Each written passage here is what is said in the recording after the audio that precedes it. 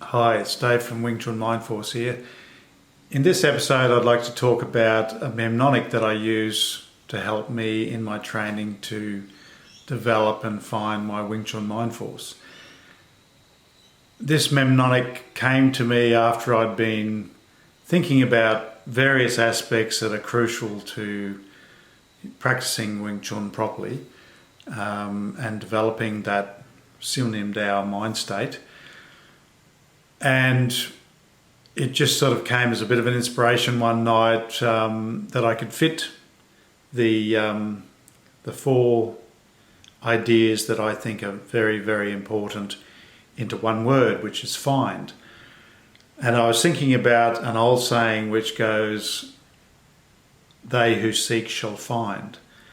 And essentially a spiritual advice, meaning if you really want something high and amazing and out of the normal, then you've got to seek it. You can't just sit around waiting for it to come to you. You have to go on a journey and find your own way, and by steps find the way into that particular wonder. And Wing Chun Mind Force, which in Chinese is called mnemonic, which just means the power that comes from the Nim mind, which is essentially the power that comes from the subconscious mind.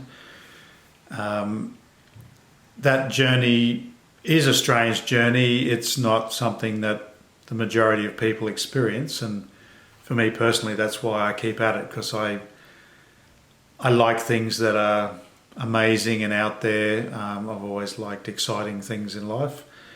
And anyway, I want to share that mnemonic with you. So if we think about the four letters, F.I.N.D, the first letter F for me stands for Fong Sung.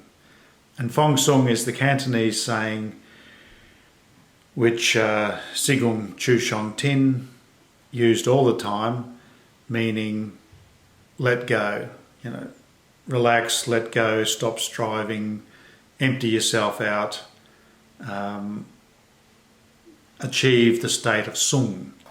And Sung is the word that means the state that we aim to achieve, and we particularly train it in that Sim Dao form, just standing very still, only the arms are moving, but we're working on that state of Sung in all our joints, all our muscles, all our sinews, and working on it in our mind, to be soft in the mind, and to get into that state, to find that Sung state, sets you up for all the other amazing things that come after that. So that's Fong Sung, that's F. The I stands for intent. And that word intent in Cantonese is yi, and it's often spelled Y-I or Y-E-E in English. And yi, essentially, it's like an ability to use the mind that's in between the conscious mind and the subconscious mind. The yi translates what your conscious intent is and speaks to the subconscious. Now, this is something I don't know how it actually does it. It's got to do with things that are happening below our normal conscious awareness, but anybody who's experienced yi knows that it's a real thing. And one of the most practical ideas about yi is that yi is like a mental finger that touches parts of your body and puts mind force into them. It also can touch the dummy, can put your mind into the knives, put your mind into the pole. This is a very interesting thing. It's a creative experience, the experience of using yi. On a basic level, intent really just means I want to do it. And my Sifu Jim Fung always talked about determination force, which is really the same thing. You're determined to do something. You go, I'm going to do it. but then you're in that sung state, and the yi communicates with your subconscious and finds this internal power that creates the force and effortlessly overcomes whatever somebody else is putting on you. And it also does some other things that we'll talk about in other videos. The third letter, N, is for Nim Dao. And being an English speaker, I don't speak Cantonese or Mandarin.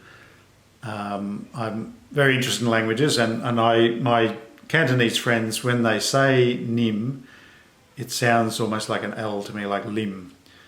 And when I started out in Wing Chun, we used to call the first form Sil Lam Dao, and probably should have been Sil Lim Dao, but the concept's the same. Lim Dao, Nim Dao, it essentially means the subconscious mind, the mind that acts when you're not consciously doing something. So it's the mind of somebody lost in playing a musical instrument, somebody drawing and painting, which is a thing that I'm really into, somebody typing. You're not thinking about what the fingers are doing, you're just thinking about the words you want, and your subconscious mind's operating your fingers. And I grew up playing drums in a Scottish pipe band, and I remember reaching a point where I was talking to my friend and I noticed my hands were playing these complex rhythms, but it was like it was a recording. It was like I had two brains, and then I realised that was something that was real, that there's a part of us that can operate without you being fully aware of it. So that's the Nim Dao, and that's a very deep subject. The full Chinese translation into English probably the best one I was given was in Chinese. It means, Nim Dao means the present heart mind, and it means the heart mind, which is all about what's happening immediately. It's not thinking about the future, it's not dwelling on the past, it's right here and now. And it's the meditative mind, and it's also the reason why people often report that practicing Nim Dao or the other forms in Wing Chun de-stresses them, makes them feel a lot happier, because you stop thinking about the future, what's going to happen, stop dwelling on the past, what went wrong, what wasn't so good. That's, that tends to be the stuff that upsets us. It's the now mind, and the word heart is used in the Chinese letters. And apparently for Cantonese speakers, the heart, this heart mind is considered the real mind, like the great mind, whereas the conscious mind at the front is a sort of a lesser mind. It's very useful, obviously, but it's considered you don't want to let that dominate. You want to let the heart mind dominate. So that's the N for Nim Dao. The D, it's more my thing. The D for me is for dance. And the reason why I use the word dance is because dancing entails not fighting. It's not a stressful thing. It's not a combative thing. When you dance, you just naturally express yourself elegantly. It's not forced. It's not stiff. It's flowing. And that's how your Wing Chun should be. It should be soft and effortless like a dance. And I remember the first lesson I ever had, this young lady, probably only 18 or 19, who was my sihing at the time. She said to me, Sifu says, if we continue to practice Nim Dao form effortlessly, as if we're just moving, almost like a dance, eventually that will become a thing of great power.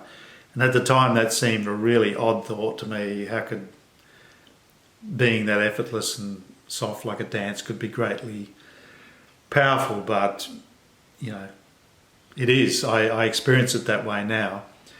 And one of the things I do in training, which I think you'd benefit from, is I put on music that I really like, that puts me into a meditative state. So I don't use music with lots of words, music that appeals to the conscious mind. I use I like Indian music, like traditional Indian music, or Chinese music with the harp. I love that harp, like in Kung Fu Hustle, where the guys are sort of throwing some kind of psychic spears at the Kung Fu masters off his harp. That harp's really great. Japanese music can do it too, but I prefer traditional Chinese or traditional Indian music because it sort of goes on and on. It doesn't break up into sequences like Western music tends to do. So it puts you into that subconscious mind and sort of keeps you there. And that's what you want to do. When you do the forms, you want to just be dancing, and dances, it can be free form, but usually a dance is something that people learn. It becomes like singing a song. They don't have to think about it, it just happens, and that's how you want your forms to be. So I'll leave it at that. That's he who seeks shall find. They who seek shall find. F.I.N.D, Fong Sung, intent, Nim Dao, and dance. And for what it's worth, it really keeps me on the track. I always think about those 4 things, and I know that I'm training well. And I wish you all the best during this time, and thinking of you all. I hope you're safe, and I'll see you next time.